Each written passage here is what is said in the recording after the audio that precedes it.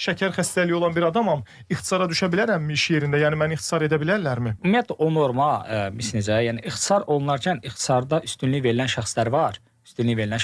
Bəli. Həmin üstünlük verilən şəxslər belə deyək də, yəni onun peşə fəaliyyətinə 70-ci maddənin B-sindən danışır da, şəkər xəstəliyin olması əsası ilə çıxarıla bilməz. Amma adam şəkər xəstəsidirsə və belə deyək ki, məsələn mənim mühasib şirkətimdə şərti olaraq 5 dənə mühasib var. Belə işə götürən marağı baxımından baxanda 5 mühasib var. Məsələn də mənim bu saat əmək haqqı ödəmək, 5-i də şəkər xəstəliyindən əziyyət çəkir də.